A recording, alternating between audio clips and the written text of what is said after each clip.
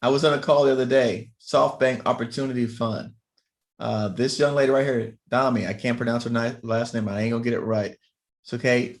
Miami born. She said she grew up in Fort Lauderdale area, Broward. $100 million fund for minorities, small businesses.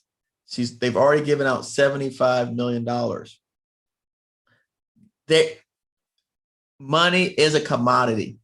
If y'all don't understand this, Clear Vision Impact Fund, right? I know someone that's receiving funding from them. 200 here. Let's pull it down. I want y'all to understand this. Their first closing was 100 million. Their second closing was like 150 million. Look who put in. Microsoft. Where's it at? Comcast. Apple. All right. All these companies. They make commitments to advance racial equality, equity, and economic opportunity capital investments. All right.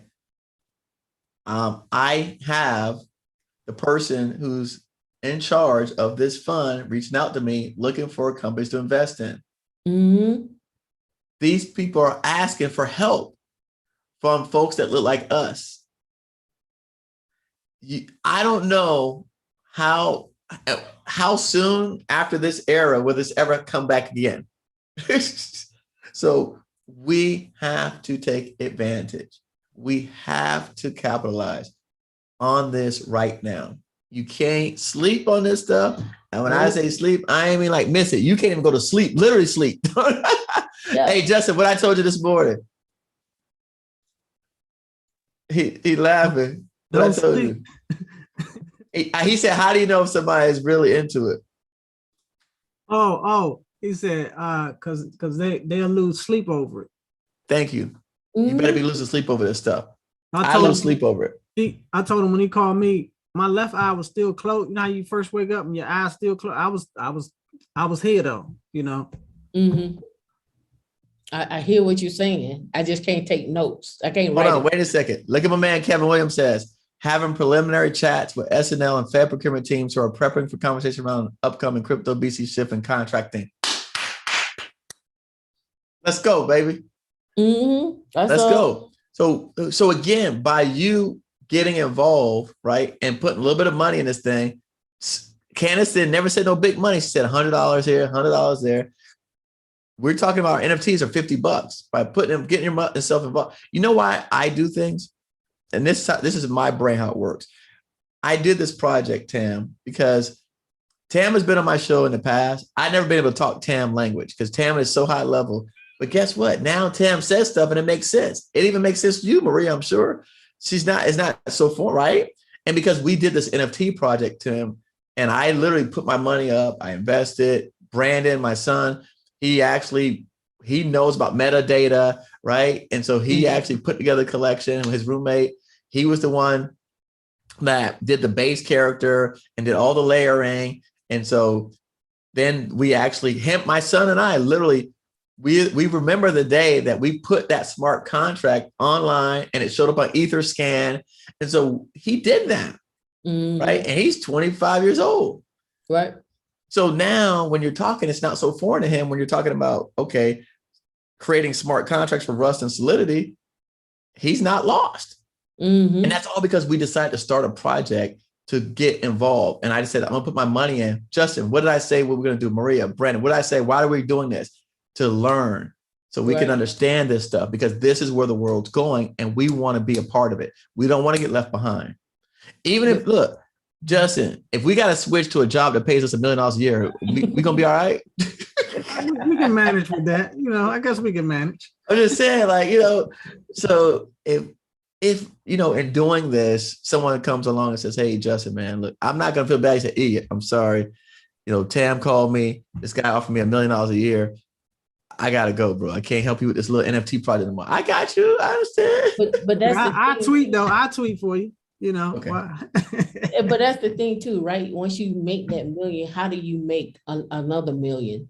Right. How do you make another million, right? Right. And so now you have to think about, okay, well, how, you know, living off of one paycheck. How do I take the rest? How can I live off of one paycheck for 2 months and then take the rest of that and invest it. And what am I going to invest it into that's going to give me a return, right? I want to get a return of at least a minimum of 10%. That's on the low end, right? Exactly. And then now if you can get to the point where you're getting 10% a month, right? 10% a month, right? Actually, yeah. Now we start talking like, oh, when I go to work, okay, cool. And I think, and this is just me, I think your body language changes when you at work, and that you got money coming back in. So when somebody is talking crazy to you, you like, oh, not today. Not today. Hey, look, with that 10% a month, we all be able to buy some land, right? Right. But that's what I'm saying. How does your money make money? I can make the salary. Now I gotta turn that salary into something else, so it's making money while I'm at work. So when I'm at work typing on the keyboard, I should be getting alerts on my phone that's saying, oh, look, somebody bought an NFT, you're making money. I don't care if everybody won. I don't care if I put fractionals in on a 20-to-1 split on Amazon. I just want to. My money should be making money. Like whatever. Fam, listen. Let me tell you.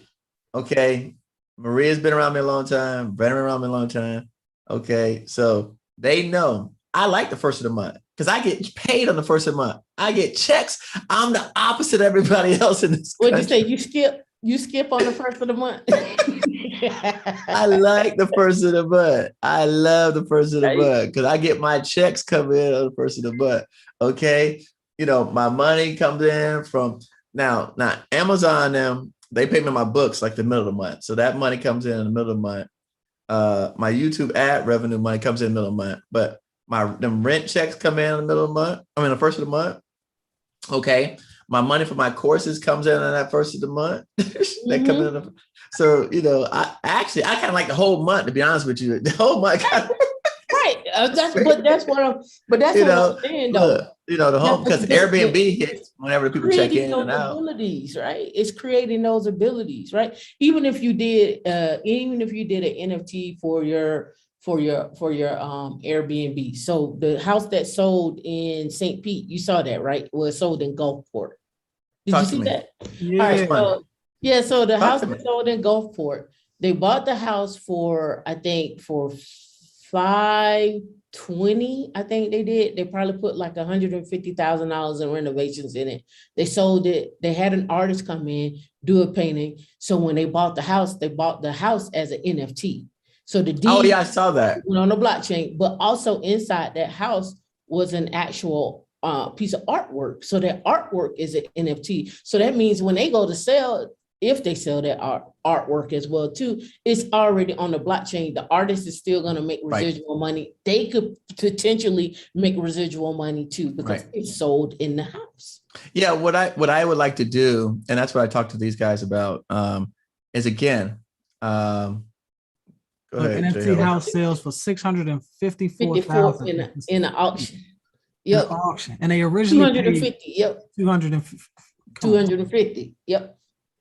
I'm thinking it was like one of those big old waterfront mansions. Yeah, right. No, that's what I'm trying to tell you. No.